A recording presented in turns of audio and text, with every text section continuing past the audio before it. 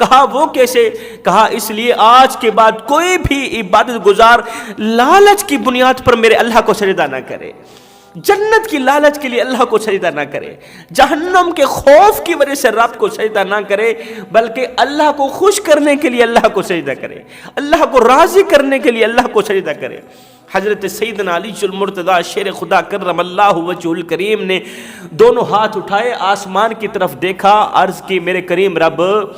میں تیری جنت کی لالچ کے لیے تجھے سجدہ نہیں کرتا،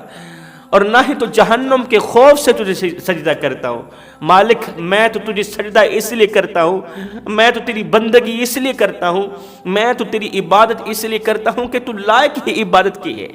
تو لائق ہی بندگی کے ہے۔ فرمایا دوسری مصیبت بے نمازی پر، دوسری مصیبت اللہ تعالیٰ دنیا میں اس کی عمر میں سے برکت کو اٹھا لیتا ہے، عمر کی برکت کو اٹھا لیتا ہے۔ اکثر لوگ کہتے ہیں شاہ جی ابھی تو جوانی ہے، 4 دن کی جوانی ہے، خوب لطف اندوز ہو لیں، خوب عیاشیاں مار لیں، عیش و عشرت کر لیں، اس کے بعد جب بوڑھے ہو جائیں گے پھر مسجد کا کوئی نہ کوئی کونا سنبھال لیں گے۔ میں نے کہا او نادانو، بوڑھے بیل کو اللہ تعالیٰ قربانی کے لیے قبول نہیں کرتا، پھر تمہیں قبول کیسے کرے گا؟ ایک دن میرے کریم نبی مسجد میں بیٹھے زارو قطار رو رہے تھے، آقا کریم کی آنکھیں چھم چھم برس رہی ہیں، چشمان اقدس سے آنسوؤں کی لڑی بہہ کر رخساروں کو چھو رہی، آقا کریم روتے چلے جا رہے ہیں۔ اتنے میں حضرت سیدنا عمر فاروق رضی اللہ تعالی عنہ میرے کریم نبی کی خدمت میں حاضر ہوئے، رونے کی وجہ پوچھی تو میرے کریم نبی نے فرمایا عمر ابھی تھوڑی دیر پہلے حضرت جبریل میری خدمت میں حاضر ہوئے اور جبریل نے آ کر مجھے اللہ کا سلام دیا اور ساتھ میں کہا یا رسول اللہ، اللہ فرما رہا ہے آپ کی امت کا کوئی بھی بچہ، آپ کی امت کا کوئی بھی شخص جب وہ کلمہ پڑھ لیتا ہے تو کلمہ پڑھتا پڑھتا پڑھتا پڑھتا عمر گزار لیتا ہے، کلمہ پڑھتے پڑھتے جب اس کی داڑھی سفید ہو جاتی ہے، جب اس کی داڑھی چٹی ہو جاتی ہے، جب وہ بوڑھا ہو جاتا ہے تو اللہ فرماتا ہے اس بوڑھے کو عذاب دیتے ہوئے ہمیں حیا آتی ہے۔ سیدنا عمر فاروق نے عرض کی یا رسول اللہ اس میں کوئی رونے والی بات تو نہیں ہے، یہ تو خوشی کی بات ہے کہ بوڑھا عذاب سے بچ گیا، بوڑھا جہنم کی آگ سے بچ گیا۔ یہ سن کر میرے کریم نبی نے فرمایا اے عمر تو نے تصویر کا دوسرا رخ نہیں دیکھا۔ او میرے عمر میں اس لیے نہیں رو رہا، میں اس لیے نہیں تڑپ رہا کہ اللہ کو بڈھے کو عذاب دیتے ہوئے حیا آتی ہے، او میرے عمر میں تو اس لیے رو رہا ہوں کہ اللہ کو تو بڈھے کو عذاب دیتے ہوئے حیا آتی ہے، سوچ رہا ہوں بوڑھے کو گناہ کرتے ہوئے حیا کیوں نہیں آتی، چٹی داڑھی والے کو گناہ کرتے ہوئے شرم کیوں نہیں آتی، حیا کیوں نہیں آتی۔ ابھی تو تم کہتے ہو جوانی ہے، 4 دن کی جوانی ہے، خوب عیاشیاں مار لیں، جب ہڈیاں کمزور ہو جائیں گی، جب کمر جھک جائے گی،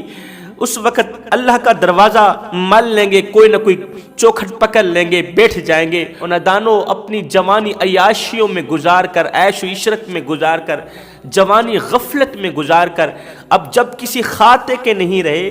نکارا سا وجود اللہ کے حضور پیش کرتے ہوئے تمہیں شرم نہیں آئے گی؟ نکارا وجود، کمزور ہڈیاں، کمزور ہڈیوں کا ڈھانچہ اللہ کے حضور پیش کرتے ہوئے تمہیں حیا نہیں آئے گی، تمہیں شرم نہیں آئے گی؟ ہڈیاں کمبن گوڑے کھڑکن تے بدل گیا لک تیرا، اجے بھی بدیوں باز نہ آیوں، جیو مرد دلیرا، پڑھ پڑھ عالم فاضل ہویوں تے نام رکھایا قاضی، 100 واری تے حج وی کیتا تے نام رکھایا حاجی، پھڑ پھڑ ہتھاں وچ تلواراں تے نام رکھایا غازی، بلے شاہ کچھ کھٹیا ایہو اجے تے رب بھی نہیں کیتا راضی۔ تو فرمایا بے نمازی کے لیے تیسری مصیبت اللہ تعالیٰ اس کے چہرے سے صالحین کا نور اٹھا لیتا ہے۔ آج میری قوم کی بیٹی کہتی ہے کہ میں خوبصورت بن جاؤں، میں لوگوں کو خوبصورت لگوں، میں لوگوں کو پیاری لگوں، میرے ڈھیروں رشتے آئیں، جب لوگوں کو پیاری لگوں گی، خوبصورت لگوں گی تو میرے لیے ہزاروں رشتے آئیں گے، اچھے اچھے رشتے آئیں گے۔ میں کہتا ہوں اے اسلام کی مقدس شہزادی، نماز کا دامن مضبوطی سے پکڑ لے، نماز تجھے اس طرح خوبصورت بنائے گی، اس طرح پیارا بنائے گی کہ بڑے بڑے حسن والے تجھے دیکھتے رہ جائیں گے، بڑے بڑے حسین و جمیل تیرے حسن پر رشک کریں گے، تو بس سجدوں کا دامن مضبوطی سے پکڑ لے۔ میرے نبی فرماتے ہیں موت کے وقت بے نمازی کو جن 3 مصیبتوں کا سامنا کرنا پڑتا ہے، جن 3 سزاؤں کا سامنا کرنا پڑتا ہے، ان میں سے پہلی سزا وہ ذلیل و خوار ہو کر مرے گا۔ یہ کوئی اور نہیں فرما رہا، یہ خود میرے کریم نبی فرما رہے ہیں، وہ نبی جن کے صدقے ہمیں عزت ملی، جن کے صدقے ہمیں مقام ملا، جن کے صدقے ہمیں شہرت ملی، جن کے صدقے اللہ کا قرب نصیب ہوا، اللہ کی محبت نصیب ہوئی، جن کے صدقے خود رب فرما رہا ہے اے امت محمدیہ، میں تم سے 1 ماہ سے نہیں 70 ماہ سے بھی بڑھ کے محبت کرنے والا ہوں۔ جس نبی کے صدقے ہمیں عزت ملی وہی نبی فرما رہا ہے جو اللہ کے حضور سجدہ نہیں کرے گا، جو دنیا میں سبحان ربی الاعلیٰ کی تسبیح بیان نہیں کرے گا، وہ مرتے وقت ذلیل و خوار ہو کر مرے گا۔ دوسری سزا وہ بھوکا مرے گا۔ تیسری سزا وہ پیاسا مرے گا۔ اسے اس قدر پیاس لگے گی کہ 7 سمندر کا پانی بھی اگر اسے پلا دیا جائے تو بھی اس کی پیاس نہیں بجھے گی، اس کی پیاس نہیں مٹے گی۔ پھر میرے کریم نبی نے فرمایا بے نمازی جب قبر میں جائے گا تو اسے 3 مصیبتوں کا سامنا کرنا پڑے گا۔ پہلی مصیبت، قبر اسے اس طرح دبائے گی، اس طرح دبائے گی کہ اس کے ایک حصے کی پسلیاں دوسرے حصے کی پسلیوں میں ایسے ہی پیوست ہو جائیں گی۔ دوسری مصیبت، اس پر ایک ایسا سانپ مسلط کر دیا جائے گا، ایک ایسا زہریلا سانپ مسلط کر دیا جائے گا کہ وہ سانپ اسے ایک بار ڈنگ مارے گا، یہ 70 گز زمین میں اور دھنس جائے گا۔ تیسری مصیبت، وہ منکر نکیروں کے سوالوں کا ٹھیک طرح سے جواب نہیں دے پائے گا۔ پھر میرے کریم نبی فرماتے ہیں میدان محشر کی جو 3 سزائیں، میدان محشر کی 3 مصیبتیں، ان میں سے پہلی مصیبت بے نمازی کو گھسیٹ کر جہنم کی طرف لے جایا جائے گا۔ 1,24,000 رسولوں پیغمبروں کی امتوں کے سامنے، اپنے عزیز و اقارب کے سامنے، اپنی اولاد کے سامنے، اپنی بیوی کے سامنے، اپنے باپ کے سامنے، ماں کے سامنے، دوستوں کے سامنے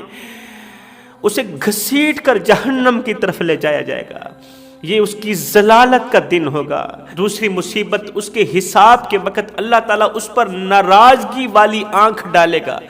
ناراضگی والی نظر سے دیکھے گا، جس سے بے نمازی کے چہرے کا گوشت جل جائے گا، بے نمازی کے چہرے کا گوشت جل کر جھڑ جائے گا۔ تیسری مصیبت، بہت بڑی مصیبت، قیامت کے دن بے نمازی کو رسول اللہ صلی اللہ علیہ وسلم کی شفاعت نصیب نہیں ہوگی۔ میرے نبی فرماتے ہیں نماز میری آنکھوں کی ٹھنڈک ہے جوانوں، جس نے نماز قائم کی اس نے دین قائم کیا، اور جس نے نماز گرا دی اس نے دین کو گرا دیا۔ اللہ جب ناراض ہوتا ہے روٹی بند نہیں کرتا، سورج کو حکم نہیں دیتا کہ فلاں شخص میرا نافرمان ہے، تیری کرنیں اس کے آنگن میں نہیں جانی چاہیے۔ نہ بندے نہ، اللہ جب ناراض ہوتا ہے تو سجدوں کی توفیق چھین لیتا ہے۔ اللہ جب ناراض ہوتا ہے تو یہ من اجڑ جاتا ہے۔ سید کو اتنا تو بتا دو، جس بندے کا من بھی اجڑ جائے اس کے پلے رہتا ہے کیا ہے؟ میں دعا کرتا ہوں اللہ ہمیں نماز پنجگانہ با جماعت ادا کرنے کی توفیق عطا فرما، آمین ثم آمین، وما علینا الا البلاغ المبین۔